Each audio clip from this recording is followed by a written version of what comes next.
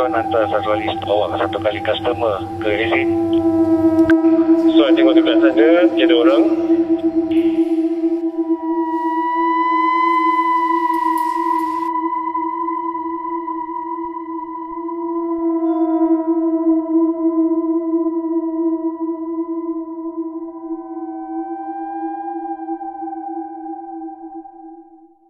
Nampak ini, ya Allah.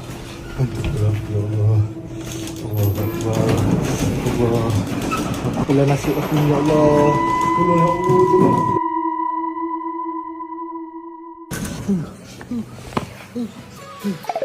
You okay, Ma?